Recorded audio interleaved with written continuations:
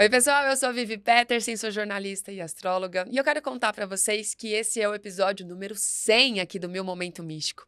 Nós, em nome, da WeMystic Brasil, queremos agradecer muito pela sua audiência, pela sua companhia, e olha, são 100 histórias, 100 episódios, 100 trajetórias, jornadas, e quanto aprendizado a gente teve, dá uma olhada. 2025 tá um burburinho... A comunidade da Umbanda está em burburinhos. Você sabe que eu ainda nem vi o que a comunidade da Umbanda está dizendo, mas eu tenho a minha tese. Tá, então eu vou te dizer o que eles estão dizendo. Tem uma parcela que fala sobre 2025 ser um ano de Yansan. Sim, exatamente. E tem a outra parcela que fala que é de Yansan e Xangô. Qual que é o seu veredito? Uhum. E sendo Yansan... sozinha, ou Yansan e Xangô juntos.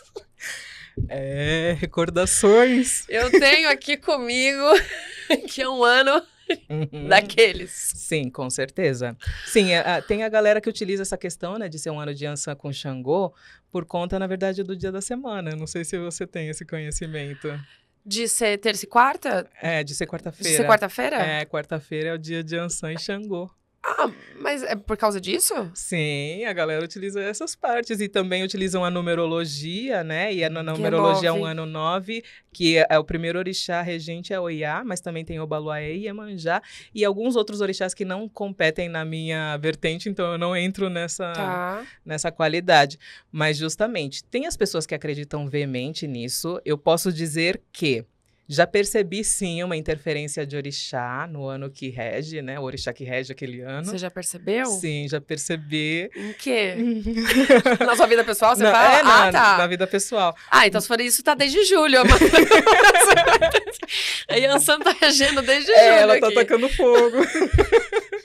Mas, assim, depois de algum tempo, eu percebo que, na verdade, só acaba recebendo uma influência muito direta quem realmente mergulha, nessa questão. Yansan, é Yansan, não, porque é Yansan. Aí a pessoa chama Yansan pra vida dela, aí ela fica reinando mesmo. Mas, assim, Yansan e Xangô, o casal do Dendê, não é à toa, Não é? Eles gostam, assim, de uma energia mais fervorosa, de um calor, de uma mudança brusca, principalmente na energia de Xangô. Porque o Xangô, ele vem e ele, literalmente... Eu não lembro em que ano especificamente foi, mas eu lembro de um ano que teve de Xangô e Yansan, onde, assim, absurdamente, pessoas foram, assim, desmascaradas... Trouxe à tona, Trucidadas, traz à tona realmente tudo aquilo que está debaixo do pano e traz a visibilidade para justamente fazer a justiça se aplicar. Então, é um orixá que ou é tudo ou nada. Então, esperem realmente oscilações dessa maneira. Às vezes, quando tudo parece estar bem, de repente ficar mal. Quando tudo está mal, de repente ficar bem, sem mais nem menos. Recomendo também que as pessoas controlem um pouco os ânimos, essa questão da raiva, Porque Yansan tem, às vezes, aquele temperamento um pouco mais... Os ímpetos. E aí acaba você tendo uma indução justamente a cair no erro por conta dessa energia mais fervorosa que pode estar irradiando dependendo da pessoa em questão. Você olha pro relógio, você vê uma hora igual, placa, e, não tem como. Sim. Afinal de contas, é uma sincronicidade. É uma sincronicidade e é um recado do universo. Eu sempre falo... Viu hora igual, viu número igual, coincidências. Primeiro, agradece. E segundo, vai buscar... Isso eu já faço. Vai buscar a resposta, Porque, de alguma forma, o universo tá tentando te chamar a atenção, Eu falo que as pessoas, às vezes, elas se assustam. Entram muitas pessoas na minha rede social. Eu estou assustada. Eu estou com medo. Toda hora aparece isso. Me fala se é uma coisa ruim. Não é ruim. Não é ruim. Então, já começamos por aí. Não é ruim. Não é ruim. É sempre ali uma percepção onde o universo está trazendo ali uma energia para você de algo que você precisa focar. Esse é o primeiro ponto. Segundo, quando a pessoa ela está muito perceptível a ver hora igual, números iguais, placas iguais, significa que ela já está passando por uma transição, tá? Não são todas as pessoas que têm essa sensibilidade. É mesmo? Gente, eu acho fica tão na cara. Não, porque você está ali suscetível já para essa transição. Tem pessoas que tá ali a hora igual na cara dela, só que ela tá focada em outra coisa, não tá nem aí, ela tá totalmente fora ali do contexto, ela não vai perceber aquilo, tá? Então, perceber horas iguais também significa que você já está num ponto de transição diferenciado das outras pessoas. A gente vê muita coisa na internet falando sobre isso e, claro, é uma sincronicidade, né? Eu já até fui atrás pra ver tudo. Mas as pessoas falam que é muitos sinais do universo, né? Então, assim, é um sinal. Então, cada número que você vê, se você vê com frequência, porque a energia daquele número tá querendo te dizer alguma coisa. É isso também? É isso aí. Então, toda vez que você vê a hora igual, é importante você pesquisar o que aquilo significa, né? Porque aquilo dentro da sua vida vai fazer um sentido. Por exemplo, 777, você tá vendo bastante. Ainda bem que não é 666, Tem que olhar como que tá a questão do autoconhecimento. Como que você tá praticando a sua espiritualidade. Tá. Então, você tá precisando olhar mais para dentro, você tá precisando se conectar mais com você, você tá pendente ali na sua espiritualidade de alguma maneira. Ok. Tem pontos de reflexões a serem olhadas. E se isso tiver uma influência muito grande no seu mapa, então, o número 7, qual camada que aparece no seu mapa, né? O universo está falando, olha, precisa focar mais nisso. Isso daqui está pendente na sua vida. Agora, se você falar assim, Van, nossa, tô muito conectada, as coisas estão fluindo, nossa, nunca estive ali tão conectada com essa energia. O universo está falando, continue. Então, é muito a percepção da pessoa entender o que é esse recado? Um recado de alerta ou um recado do tipo, é por esse caminho mesmo? E aí, a minha primeira pergunta para você dentro da nossa conversa aqui são o quanto que os pensamentos, eles são os nossos aliados e não, né? Sim. Como que os pensamentos de baixa frequência, principalmente, a gente consegue modelar eles de algum jeito para que não nos atrapalhem nessa jornada. Quando a gente tem pensamentos de baixa frequência, isso não é difícil de se ter hoje em dia, porque a gente ainda está num planeta de expiação. Sim. E que o medo é manipulado o tempo inteiro, né, no nosso inconsciente, quase consciente coletivo. Então, não é difícil que a gente... Basta ligar um noticiário e você tá ali sempre bombardeado de notícias, na grande maioria das vezes, bem ruins. Quando a gente trabalha com questões de frequenciamento, por exemplo, você vai... Vou dar um exemplo bem prático, a radiestesia. Você vai fazer medições, você vai perceber que aquela pessoa, às vezes, nesses pensamentos de frequência baixa, ela começa a se criar, a primeira coisa, doenças. Então, ela entra num padrão de baixa vitalidade. Automaticamente, fica muito mais fácil para doenças, né, serem acometidas. E principalmente na sequência começa a questão material. Sempre pega primeiro no físico material.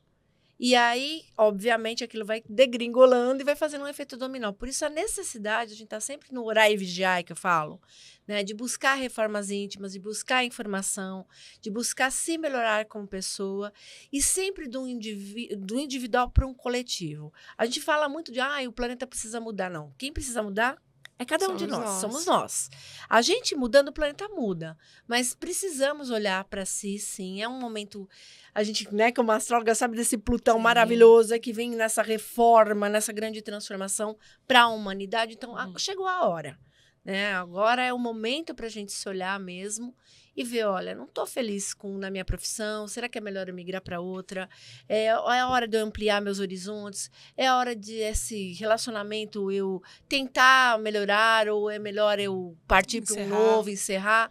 É um momento realmente da humanidade parar e começar do individual para o coletivo, fazer essa proposta de reforma íntima. Daí o frequenciamento automaticamente do planeta muda. E essa questão dos pensamentos, ela é tão real, né? Porque, além de desmistificar que todos nós falamos assim, esse negócio de, eu tô bem no meu trabalho, mas eu tô bem no meu trabalho, no relacionamento não. Gente, é tudo uma coisa só, né?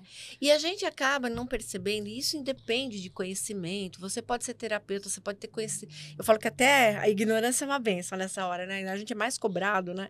Então, pensamentos, eles são intrusos. Então, eles vão acontecer em qualquer hora do dia. Aí está a importância de, principalmente quem trabalha na área como nós, ter um espacinho para fazer uma meditação, para se cuidar. Você cuida de tantas pessoas.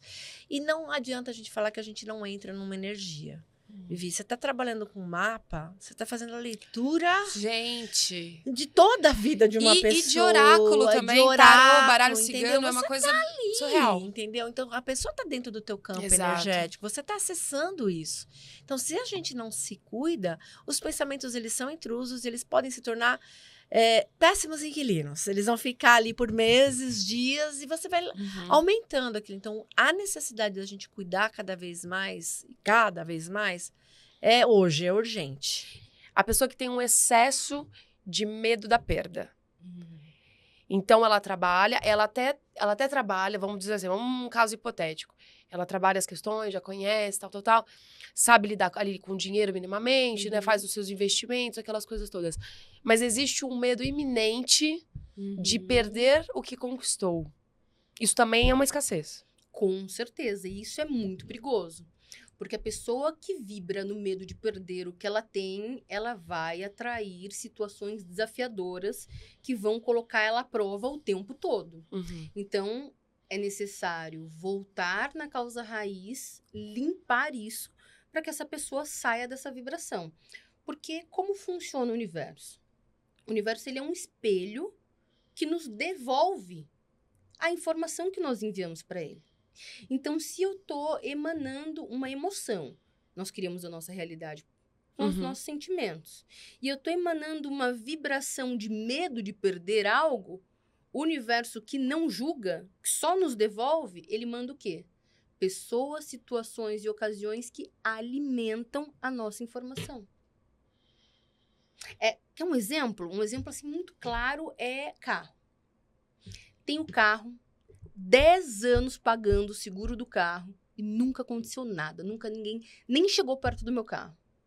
Aí, 10 anos depois, a seguradora me liga, eu falo, vou renovar não, meu dinheiro indo à toa. Não renovo. O que acontece? Aconteceu alguma coisa com o carro. Roubam meu carro. Isso acontece demais, o tempo todo. Por quê? Porque enquanto eu estava pagando, qual que era a minha vibração maravilhosa?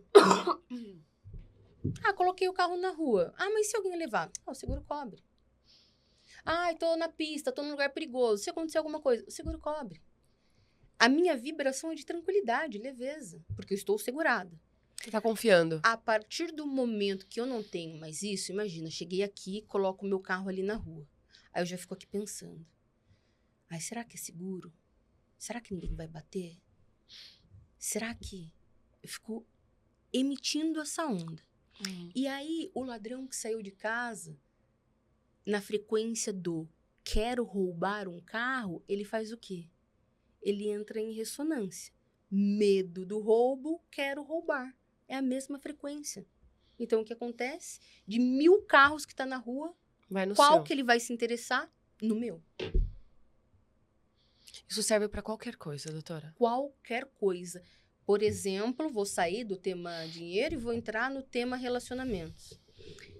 A maior parte das pessoas que tem pavor, um medo gigantesco de ser traído é traído.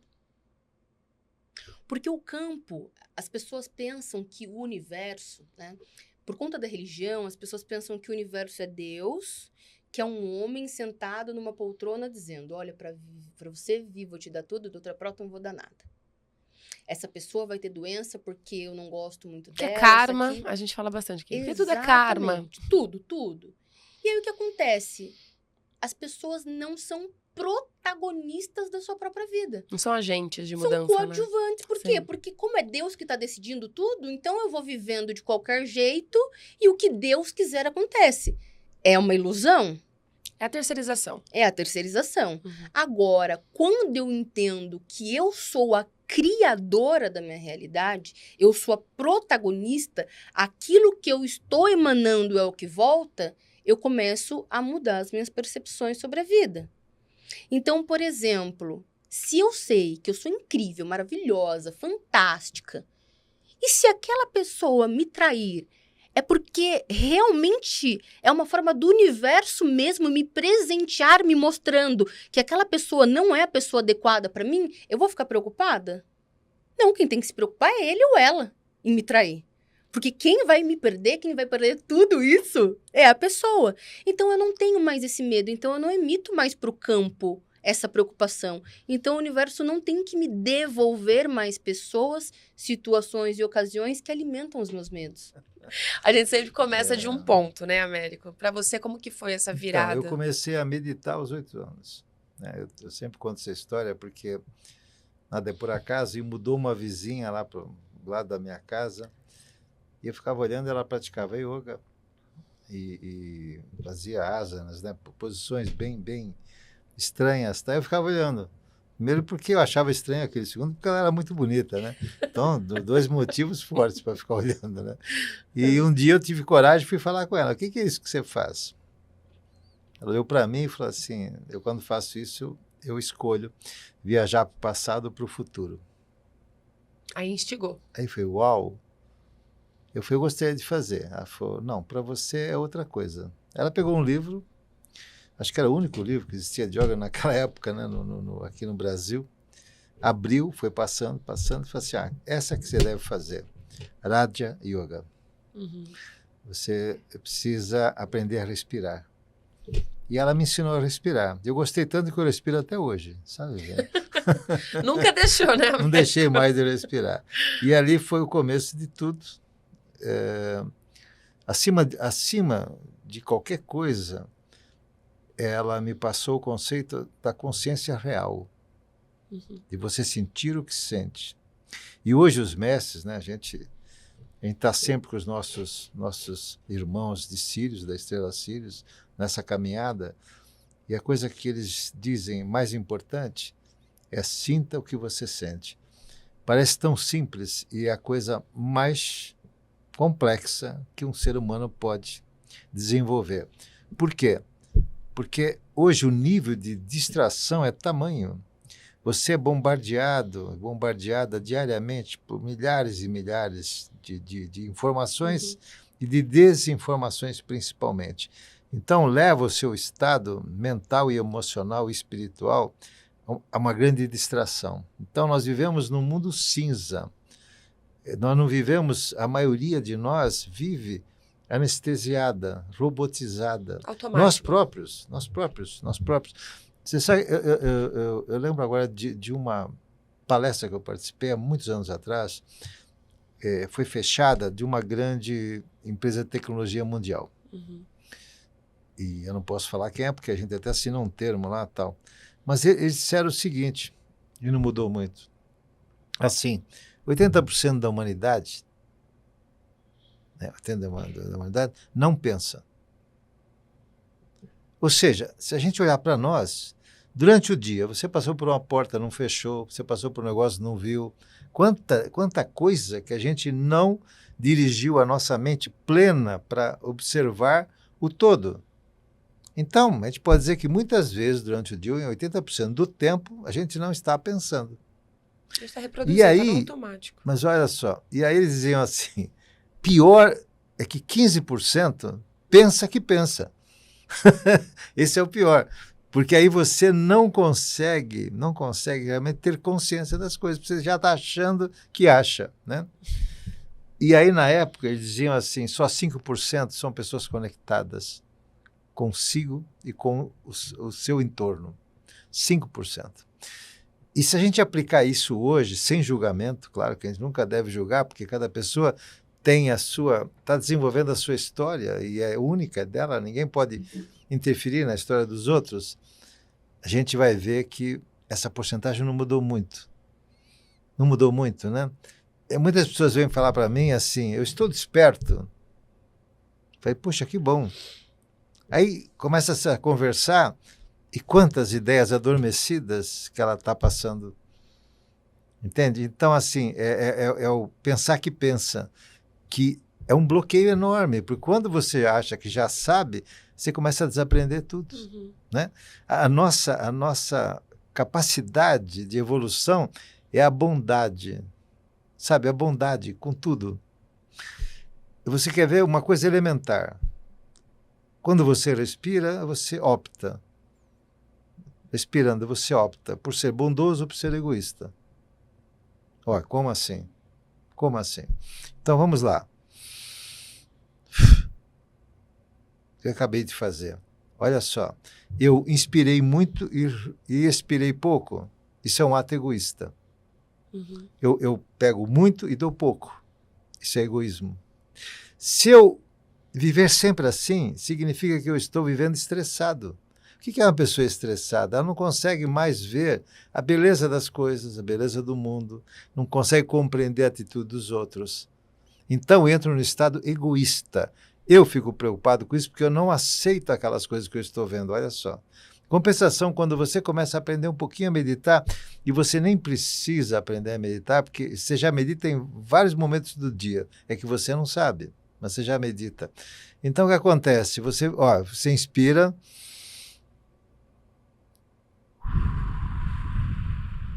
quando você está bem, você expira mais do que você inspirou. O que eu fiz? Eu dei mais do que eu recebi. Ora, se eu dei mais do que eu recebi, eu estou no estado da bondade. E eu falei, gente, mas eu nunca fiz viagem astral assim. Não, eu teria me lembrado. Mas acontecem diversas vezes comigo uma sensação de eu não conseguir acordar. Sim, é a paralisia do sono. É isso. A pessoa então acorda... eu tô na estatística. Veja, ela acorda e não consegue mexer o corpo. Exato. Tá. Isso foi chamado em 1929, foi o primeiro autor a falar nisso, chamava Sylvan Joseph Muldon. Ele publicou um livro chamado Projeção do Corpo Astral. Ele acordava nessa condição. Naquela época, não existia a expressão paralisia do sono, que é posterior. Ele chamou de catalepsia astral. Catalepsia é paralisia.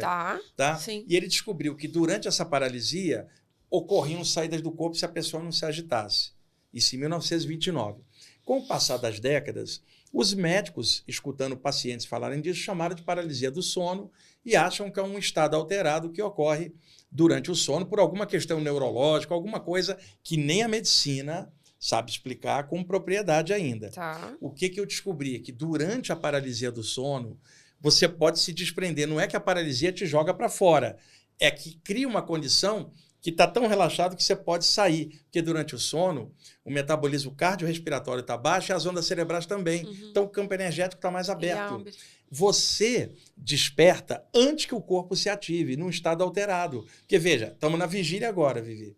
Se você fechar os olhos aí e ficar cochilando, você não está no sono, você está cochilando. Mas o cochilo também não é vigília.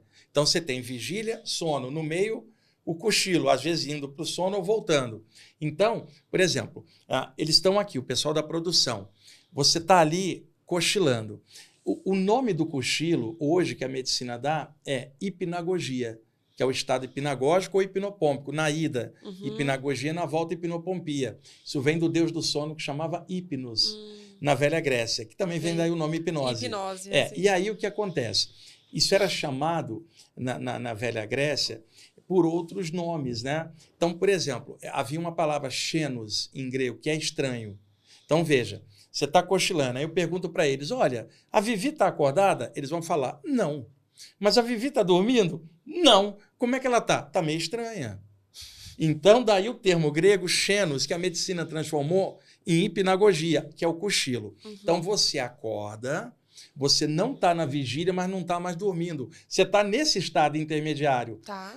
Seu corpo não está desperto, mas você já está raciocinando. Deixa eu te provar isso. Já deve ter te acontecido. Você acorda, vai acordando devagarzinho e percebe que você está roncando. Já. Aos segundos antes você fala, eu estou roncando. Aí um segundo depois você acorda. Tá? Veja, para você roncar, você tem que estar dormindo. E para você estar dormindo, você está inconsciente. Se você está inconsciente, como é que você está consciente para perceber que está roncando? Sim. Então, claramente, você desperta antes que o mecanismo físico ative. E aí você percebe que ele está pesado, porque ainda não é a vigília. É a sensação de você querer acordar e não conseguir. É um estado alterado. Mas você sabe que até em cochilo, agora me lembrando que você está falando, às vezes, por exemplo, eu estou cochilando e eu estou escutando os movimentos das pessoas. Mas eu não estou acordada. Não está acordada, é um estado alterado. Exato. Se você está estranha, xenos. Eu estou estranha. Está num estado alterado, não é a vigília, não é o sono. Aí a pessoa, não sabendo disso, ela fala, meu Deus, eu não consigo acordar. Ela já está acordada, o cérebro é que não ativou. Olha. Aí ela sente medo. O medo dispara adrenalina e ela faz assim. E aquela sensação, por exemplo, de não lembrar do sonho. Eu sou uma pessoa que normalmente lembro. Mas, às vezes, muito raramente, não. E a sensação de que tá caindo. Ah, sim. É hiper comum. Normal. E outra, você às vezes está cochilando ali, Vivi. Ali, de repente, você faz isso aqui. Isso é um deslocamento energético do campo energético. Ele faz isso quando você está no estado alterado. É uma falsa sensação de queda. Tem gente que dá pulo dormindo por causa dessa Sim, eu faço sensação, direto isso. né? Quando eu era pequeno, minha avó, católica, com 80 anos, dizia que eu tinha esses trancos porque eu estava crescendo. Eu tenho 1,67 m, sou baixinho, Vivi. Então, criou-se mito em cima dessas coisas. Muitos Sim, mitos foram criados, né? muitos. E o mais legal de eu estar trabalhando com isso, e não só eu, porque tem outras pessoas muito boas também clareando o tema, é explicar isso de forma natural. Veja, eu não estou falando de doutrina, Não. eu não estou falando de algo sobrenatural. Veja, eu estou embasando, Sim, com certeza. tentando equilibrar aquilo de uma forma humana. Por exemplo, a pessoa agora que está assistindo a gente, acordou paralisada, ela já sabe que não é o diabo agarrando ela, ela não está morrendo, ela não vai ser enterrada Não tá com uma viva, maldição. não é maldição, não é mediunidade, simplesmente o metabolismo baixo, ela está num estado alterado. Se ela quiser, ela pode usar para sair. Se não quiser, ela volta ao normal. Só não pode ter medo de uma coisa normal. O sexo como magia. Então, lendo algumas coisas, né? As pessoas hoje elas estão falando mais, estão propagando mais, que dá para você criar, de fato, com a sua libido, com a sua energia sexual, coisas que realmente você deseja na vida. Como que é esse... Essa é a ideia. Hoje a gente faz sexo para quê? Para dormir? Quais são as reclamações e o que a gente escuta? O homem ejacula, vira para o lado e dorme. A mulher nem conseguiu, não é isso? A gente mais escuta, Sim. bastante. Ou os dois conseguem chegar lá, dormem e pronto. Ou seja, as pessoas estão fazendo sexo para ejacular porque a ejaculação libera alguns hormônios que diminuem a ansiedade. Por isso Relaxa. dá aquela relaxada, diminui a ansiedade, agora posso dormir. Nunca foi assim, não era para ser assim, é tudo invertido. O sexo ele deveria ser para ativar os pontos no corpo para criar algo. Então, por exemplo, você deveria fazer sexo pensando assim, bom, o que eu tô precisando? Isso antes do sexo, né? O que eu tô precisando? Você já sabe, né? Você sabe, preciso, sei lá, de uma promoção, preciso que o meu chefe perceba um negócio ali que eu tô fazendo e não tá vendo, preciso melhorar alguma coisa em mim. Enfim. Tem um objetivo. Tem um objetivo, você já tem um objetivo. Eu acho que isso é até fácil, porque a maioria das pessoas tem um objetivo. O problema é ter ação. Aí agora vai fazer o sexo, não a penetração básica, vai fazer através dos pontos no corpo, junto com a penetração, mas tudo ao mesmo tempo. Vai trabalhar toda essa energia do corpo, onde ele e ela vão sentir orgasmo, e normalmente vão sentir até orgasmo seco, que é a sensação do orgasmo sem ejacular. E aí sim, em um determinado ponto, a gente chama que a gente abre um portal. Tá. Aí quando a gente abre esse portal, a gente vê aquilo que a gente quer naquele determinado ponto. Aí você fala assim, Fernanda, mas como é que eu vou fazer isso com um cara que não conhece nada disso? Ele não vai perceber.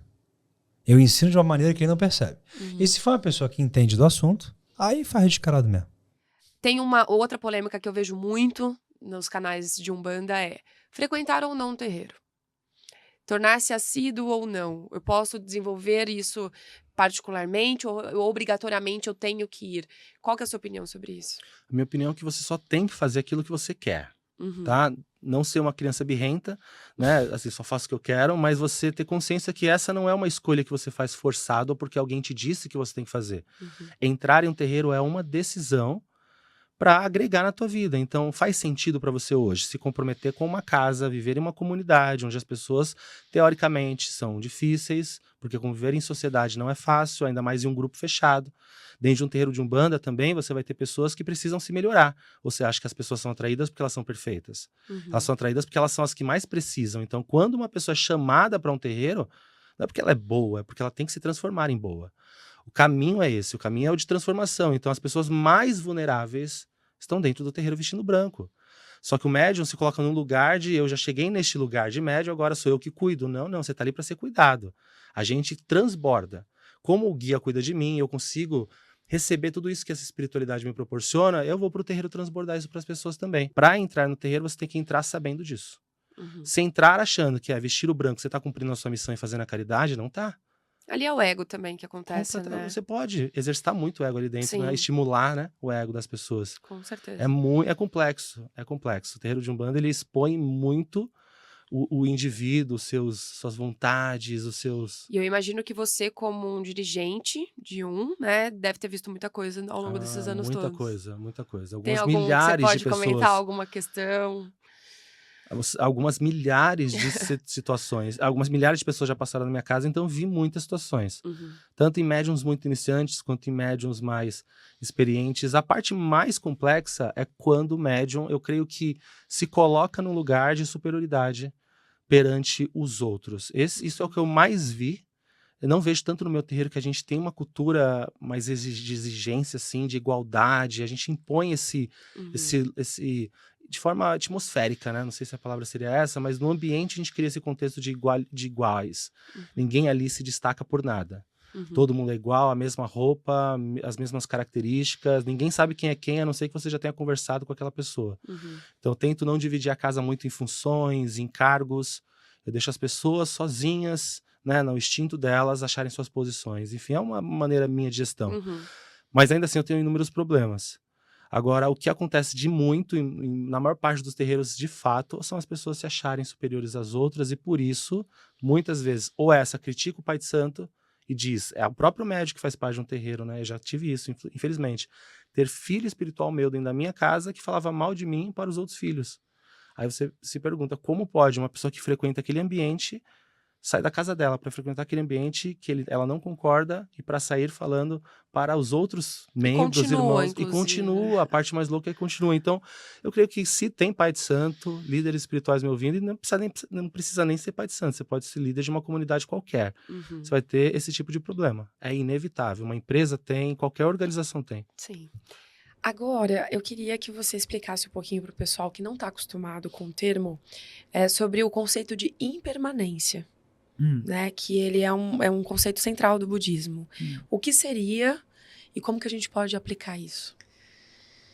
Não há nada fixo nem nada permanente neste mundo.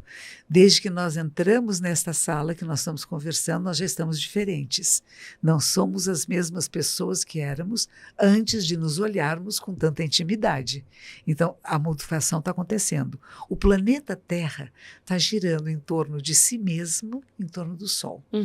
Não para nem um instante, não dá uma paradinha, nem vai para trás. Exato. Só vai para frente. Dentro, no centro da Terra, é fogo puro, é um magma, que de vez em quando sai por um vulcão. Ela não tem parada. Ela não diz os vulcões não vão mais ser vulcões, continuarão sendo vulcões. Alguns extintos e outros não. Se a gente puser, por exemplo, os povos indígenas, né, os povos originários, tem uma parte do crescimento, de um ritual de crescimento, que é enterrar a pessoa dentro da terra, vivo, com canudinho para respirar. E o que a pessoa que fica enterrada percebe? Que a terra está viva. E ela começa a puxar todos os pelos do seu corpo. E você sente sobrancelhas, cabelo, tudo é puxado pela terra. Fica um certo período de tempo, não é muito, mas é o suficiente para perceber que a terra está viva e está em movimento, em transformação. Então não é só a semente que você joga, que você rega e que vê crescer. Tudo está em movimento e transformação. O planeta todo, o nosso corpo, a nossa mente, o sistema solar inteirinho está em movimento e transformação. Não tem uma coisa fixa nem permanente, né? E a gente perceber isto é ter mais leveza com a vida. Leveza com as dores, com as tristezas, com os sofrimentos e com as alegrias. Quando a gente fica alegre de verdade, mas sabe que passa. E quando fica triste, também fica triste de verdade, mas sabe que passa.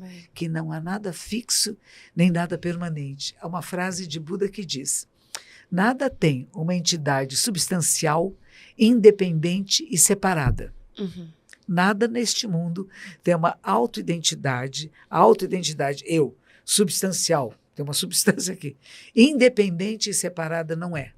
Eu não vivo sem água, sem ar, sem alimentos, não vivo sem leituras, não vivo sem outros encontros, sem encontrar pessoas e conversar com elas. Então, tudo isso faz a nossa vida. Por isso, não é fixo. A nossa entrevista hoje, o nosso encontro, tem começo, meio e fim. Sim. Ele vai terminar, por mais que a gente queira continuar para sempre, ele estará sempre em nós. Mas os momentos em que estaremos juntos aqui nesta sala, ele tem começo, meio e fim. Não é permanente. E às vezes a gente tem a ideia de permanência. Muito. Que tem uma coisa permanente em mim, que essa relação com essa pessoa é sempre assim, não vai acabar nunca. As coisas desagradáveis serão desagradáveis para sempre. Não são, não. Você percebe que é desagradável e percebe que tem começo, meio e fim. E deixa acabar. Não dê continuidade àquilo que não é benéfico na sua vida e para você. Perceba o que está me atrapalhando, o que está difícil de eu resolver. Como é que eu peço as bênçãos, né, dos céus, que a gente diz, de tudo que existe nesse universo, que possa facilitar eu atravessar as minhas dificuldades e chegar aonde eu preciso chegar, onde eu posso chegar. E esse eu posso chegar e preciso chegar não é só para mim, não. É perceber que tudo é impermanente, mas aquilo que, quando eu mudo, alguma coisa em mim se transforma, o mundo se transforma comigo. E quando a gente fala de karma, automaticamente você pensa em relações românticas, né? Que fala assim, karma de novo na minha vida, essa pessoa. Mas na verdade você está atraindo um padrão vibracional porque você não está mudando isso. Exato, você está atraindo e você pode se afastar daquela pessoa e vai atrair uma outra que vai reproduzir a dinâmica. Ela pode ter alguns traços diferentes, mas a dinâmica vai reproduzir. Por que a dinâmica reproduz? Que é o que as pessoas não param para ver, Vivi. Quem cria o karma é ela. Então, por exemplo, você afastou a pessoa. O karma não é a tua relação com aquela pessoa, o ex, não é. O karma é o teu padrão, por exemplo, de carência, de medo da solidão. Vai atrair uma outra pessoa e uma outra dinâmica de dependência vai se estabelecer. Entende? Okay. Por isso que o karma está em nós. E nós mudamos o nosso karma. E é aí que é possível promover um salto quântico. O que é um salto quântico? É quando uma pessoa promove uma grande mudança kármica em muito pouco tempo. E isso é possível. Só que a pessoa tem que ganhar lucidez, ela tem que ganhar energia. E a física quântica ensina isso em analogia, né? Tá. A física quântica mostra que, tem um experimento que mostra que a partícula ela muda de órbita, um elétron muda de órbita, salta para uma órbita maior ao redor de um núcleo quando ganha energia. Como é que a gente simbolicamente pode trazer isso para o âmbito espiritual? A gente ganha lucidez, quantum de energia, ou seja, vitalidade, confiança, amor à vida, você salta. E você sai daquela frequência ou daquela camada kármica onde você vinha sofrendo de maneira repetitiva mais ou menos o mesmo processo. Então a pessoa tem que acordar, porque se ela mudar de relacionamento, ou mudar de país, ou mudar, não adianta. Isso é materialismo. É a mesma frequência. Isso é materialismo, né? E esse karma que você disse que é nosso, né? Então, no caso, eu estou vibrando isso, então o karma é meu. Eu adquiro de linhagens da minha família, por exemplo, de traumas e crenças familiares sistêmicas. Ou eu posso trazer de vidas passadas também? Com certeza você traz de vidas passadas. A sua família é só gatilho. Porque o que acontece? Vê só o sentido disso. Você já teve centenas de encarnações. Se pegar uma encarnação tua de 500 anos atrás, você, Vivi, era mais ou menos como você é, como eu também. A gente não muda de modo tão rápido, ainda mais em vidas passadas com dificuldades maiores. Sim. Hoje em dia, a encarnação dá mais chances de acelerar o processo evolutivo. O que eu quero dizer com isso é que vamos para um outro raciocínio. Por que você nasceu numa determinada família? Porque você atraiu aquela mãe. É a lei da atração, é o karma. Você atraiu. E atraiu por quê? Porque você tinha suas tendências do que você trabalhou ou não em outras vidas. Mas isso vai por terra tudo que a gente... Vai por terra, vai que a minha mãe foi uma algoz, sabe essas histórias? Não, minha mãe, ela foi a rainha do Egito e ela me colocou pra adoção, que não sei o quê. Sabe isso? Sei. Não tem nada disso. Não tem nada disso. É assim, não tem nada disso. Mas você vê que eu tô te explicando, com ponderação, faz muito mais sentido. É lógico. Então, assim, o que acontece é que as pessoas não param para refletir de outros ângulos. Às vezes olham uma visão só aqui, ela encaixa, é útil para a pessoa, né? Porque o problema é esse. O problema é você encontrar uma visão, uma filosofia que é útil para você. E aí você começa a utilizar aquilo, né? É a máscara que ele falou no começo. Exato. Mas, assim, realmente... tudo é uma questão tua, você que cria isso. Agora, a família atual, ela vai causar, quando você é criança, você esquece, entre aspas, pelo menos intelectualmente, você não esquece emocionalmente o que você é, mas você esquece algumas coisas e está mais vulnerável até fisicamente, porque você é uma criança. Por isso, você sofre influências. Como a gente falou agora há pouco, as influências existem. Sim. Mas as influências são gatilhos. Ou seja, não é tanto nenhum pai ou mãe consegue mudar a índole de um espírito que trabalhou por isso por milhares de anos. Nenhum pai ou mãe vai mudar o espírito. Eles só podem ser gatilhos.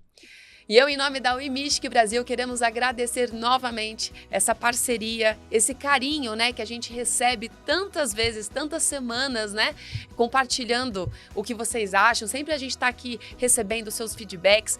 Muito, muito obrigada. E que venham mais 100.